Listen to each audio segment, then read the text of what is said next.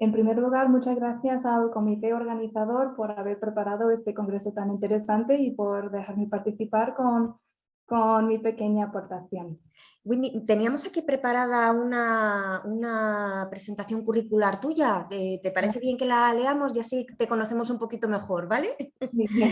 Bueno, pues es investigadora predoctoral en formación en el Departamento de Historia del Arte de la Universidad Nacional de Educación a Distancia, donde prepara su tesis sobre el coleccionismo de la antigua nobleza y las nuevas liturgias de distinción social, cultural y artística en el siglo XX, centrándose en la figura del decimoséptimo duque de Alba, Jacobo FitzJames Stuart.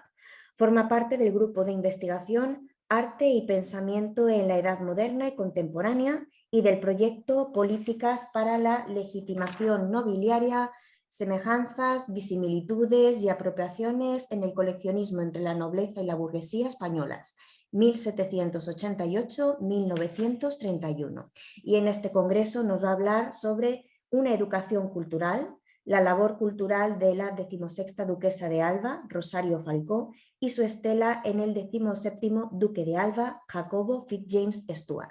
Pues ahora ya sí, Whitney, por favor, puedes comenzar con tu intervención. Muchas gracias por la presentación. Pues lo que voy a presentar hoy es un estudio que estoy haciendo actualmente sobre Rosario Falcó, que es la 16ª duquesa de Alba, y su papel en la gestión del patrimonio cultural de la Casa de Alba y la huella que ha dejado ahí. Y esto forma parte de mi tesis doctoral que estoy desarrollando, como ya se ha dicho, sobre el coleccionismo de su hijo, quien es el 17º duque de Alba. Y para poder entender al duque, he tenido que estudiar los antecedentes de la casa. Y ahí ha emergido Rosario como una figura muy central, tanto para la educación cultural que inculcó a su hijo, pero también en la manera en que puso los cimientos en la organización del archivo y de la colección artística, sobre los cuales el 17º duque basaría su actividad como coleccionista. Y tan relevante es que hoy me centraré solo en ella. Aquí tenemos una imagen de Rosario. Para ello veremos rápidamente lo que se sabe de la historia de la exposición de la colección artística en el Palacio de Liria. Veremos el impacto de un momento crítico en la colección de lo que ya se ha hablado en este congreso, una subasta en París en 1877. Y luego vamos a analizar unas imágenes de unos espacios concebidos por Rosario en el Palacio y algunos que asociamos con ella por primera vez, para aumentar lo que se sabe de la historia del palacio y de la colección. Y primero vamos a ver una serie de fotos antiguas del Palacio de Liria. Y aquí vemos espacios que difieren mucho de lo que hoy conocemos del Palacio de Liria. Estas imágenes no son fechadas, pero tuvieron que ser tomadas antes del año 1855 por la existencia de un salón árabe. Este es el salón árabe, que mandó a construir la 15ª duquesa Paca en ese año, y también por la existencia de este salón de tapices, el salón de los amores de los dioses. Aquí también otra imagen de lo que llamaron el salón de tapices, que sería el salón de los amores de los dioses. Tenía que también estar terminado al menos en 1855, que sería cuando Federico de Madrazo pintó la duquesa de Alba, la duquesa Paca, con estos tapices como fondo. Y en estas imágenes hay una sorprendente ausencia de pintura en las fotografías. Pero recordemos que el 14º duque de Alba, Carlos Miguel, tuvo la intención de abrir una galería pública de su colección, y aunque no pudo construirlo como quiso, es posible que sí estuvieran las pinturas en alguna estructura separada del palacio, y se ha sugerido que eso podría corresponder al lugar de las cocheras. Los inventarios de Carlos Miguel no esclarecen mucho sobre este asunto, solo muestran la agrupación, por un lado, de unos retratos, y luego las demás pinturas estaban mezcladas sin ninguna lógica que se pueda identificar, que podría arrojar luz sobre la distribución de pinturas. En 1877, Rosario Falcó hija de los duques de Fernán Núñez, se casó con el 16º duque de Huesca, quien sería el duque de Alba, Carlos María Fitzjames y Portocarrero, a la edad de 23 años. Y el matrimonio fue realmente una bendición económica para la Casa de Alba, porque aparte de venir de una familia muy pudiente, el padre de Rosario, el duque de Fernán Núñez, recomendó un administrador para la Casa de Alba, quien sería la persona que rectificaría la mala administración que llevaba la casa durante años y lo había dejado en un estado muy precario, tan precario que en ese mismo 1877 el 15º duque tendría que poner muchos de sus bienes en subasta en París, en el Hotel Drouot. Ya ha explicado muy bien Victoria Raumit cómo fue esa venta y los tapices que se vendieron ahí, entonces no voy a detenerme mucho en lo que se vendió, pero sí quiero destacar que de alguna manera algunos objetos, varios objetos, volvieron a la casa. Y puede ser que tal vez no se vendieron, pero también hay constancia de intervención familiar para parar la venta de al menos algunas piezas. Por ejemplo, los tapices del Gran Duque, que según el 17º duque Jacobo, fueron rescatados en la venta por intercesión del padre de Rosario, el duque de Fernán Núñez. También esta pintura de Murillo se puso en venta y se dice que fue rescatado por un familiar, pero no nombrado. Y luego también es interesante notar que el Camino del Mercado de Rubens también fue incluido en la subasta y de hecho parece que se vendió, porque luego este cuadro fue comprado en 1878, el siguiente año, en París, por el mismo 15º duque de Alba, por una alta cifra de 23.000 francos. Estos tapices, los tapices de las Nuevas Indias, también se pusieron en venta y también, como vemos, volvieron al palacio. Entonces vemos con esto lo que ya se ha descrito muy bien en el libro de Pedro Martínez Plaza sobre coleccionismo de pintura en Madrid del siglo XIX, el doble característica entre dispersión y recuperación de colecciones nobiliarias en el siglo XIX. Existe un catálogo de pinturas de la casa de 1882 que nos muestra dos cosas importantes sobre el estado de la colección. Por un lado, ya había pintura en el palacio en el año 1882. Y por otro lado, la distribución de esas pinturas no tenía nada que ver con el recorrido que hoy conocemos ahí. Ni eran las salas las mismas, ni tampoco las agrupaciones de las pinturas.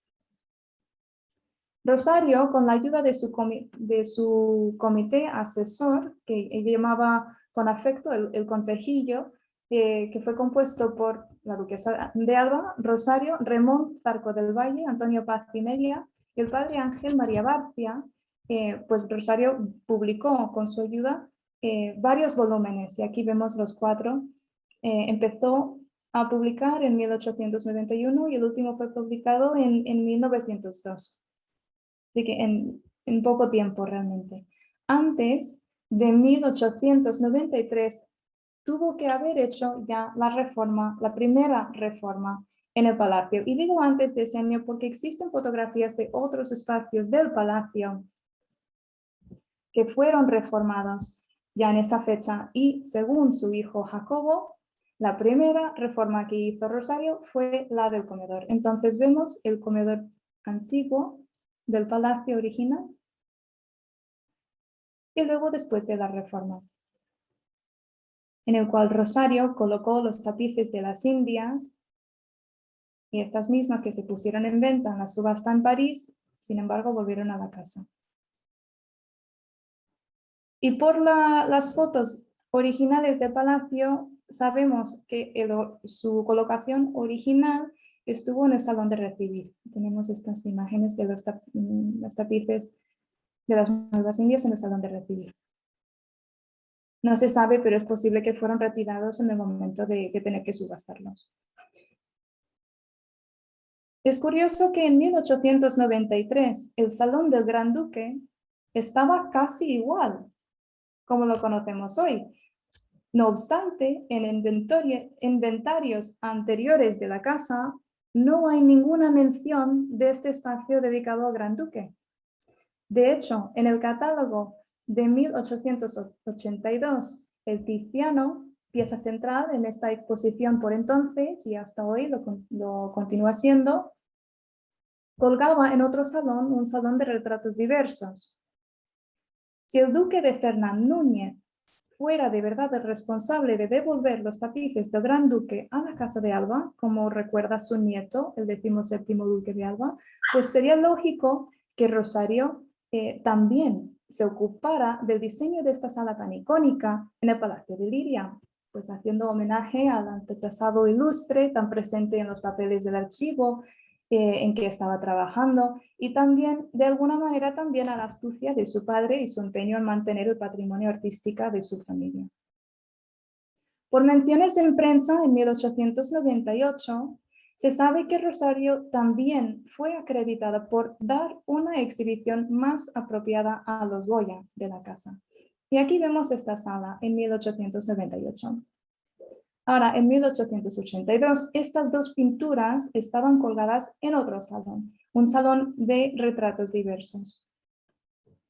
El cuadro de la condesa de Montijo,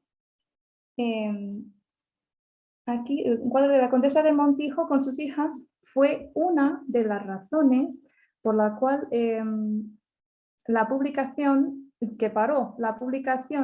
de un catálogo de pinturas que la duquesa Rosario había encargado a Barcia, porque Barcia sostenía que este cuadro no podía ser obra de Goya. Sin embargo, la emperatriz Eugenia de Montijo defendía esta atribución a Goya y diciendo que sus tías, las retratadas, recordaban la sesión de posar para el pintor, y no queriendo ofender a la emperatriz, Rosario optó por no publicar el catálogo. Luego sería su hijo, el 17º duque Alba, quien lo publicaría más tarde en 1911. Entonces no es de extrañar que los cuadros de Goya, al ser recolocados, fueron a un espacio de la casa relacionada con la emperatriz.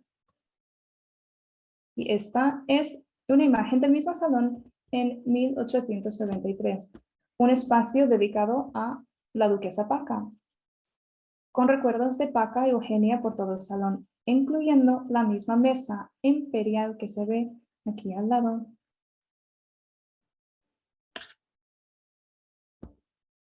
Y que estuvo también en 1898 y hasta hoy se encuentra en el Salón Goya.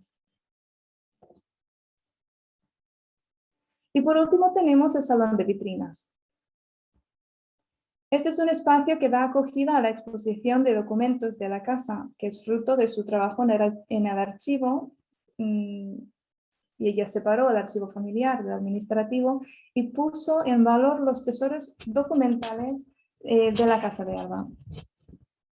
Notas sobre el diseño de las vitrinas, la colocación de documentos y la distribución de pinturas de su mano muestran que ella participó activamente en la concepción de este espacio. Y estas imágenes son peores, pero sí que dan una idea más completa de lo que es el salón de vitrinas. No obstante, la distribución de pinturas no fue contemplada en el catálogo de 1898 que acompañó la inauguración de este salón. Recordamos seguramente que esto es porque el catálogo de pinturas de la casa no se había publicado aún. Entonces, surge la duda sobre el hilo conductor, sobre esta muestra de pinturas. ¿Por qué estas y no otras?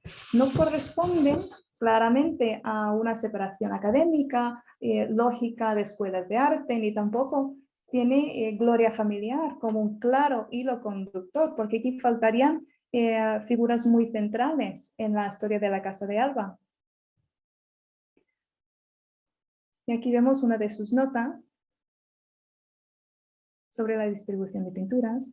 Pues resulta que el conjunto de cuadros que componen esta sala tiene un origen en los inventarios de la colección. En la tasación de bienes del 15º Duque de Alba hay un documento que es inventario y tasación de los mejores cuadros de la galería de la casa, bueno, del 15º Duque de Alba, y es fechado en 1868. De los 53 pinturas que colgaban en el salón de vitrinas, he identificado hasta el momento 29, y de esas 29, 19 provienen de este inventario. Ahí los tengo marcados. Este inventario de la tasación de los mejores cuadros. Otros 10 son imágenes de la familia real española y regalos de familiares cercanos. Podemos volver a verlas rápidamente. Por ejemplo, esto es una batalla de San Quintín. Y esto también un cuadro de Teniers, el viejo acariciando una criada. Estas dos son regalos de la emperatriz Eugenia. Y este niño con el cordero procede de la casa de Fernán Núñez. Entonces, por ejemplo, obras que vienen de familiares cercanos. Y las otras 20 eran principalmente paisajes de pequeño formato. Además, en ese inventario vemos que las pinturas más altamente tasadas son un retrato de Murillo y una Sagrada Familia de Perugino, valorado cada uno en 300.000 pesetas y 280.000 pesetas cada uno. Y ahí ocupan claramente los lugares más centrales en la exposición. Así que esto muestra que la exposición de pinturas en el salón de vitrinas, de nuevo, antes de publicar el catálogo de pinturas de la casa, antes de tener la colección artística realmente controlada, pues se basó en los documentos del archivo en busca de lo que se consideraba los mejores cuadros de la casa, en gran parte considerando su valor económico. La actividad incesante de reforma y de reordenación y de investigación de Rosario realmente proveyó un patrón para su hijo, 17º duque. De ella heredó el amor a la biblioteca, al archivo de la casa y el anhelo por mantener y restaurar la integridad de la colección. Muchas gracias.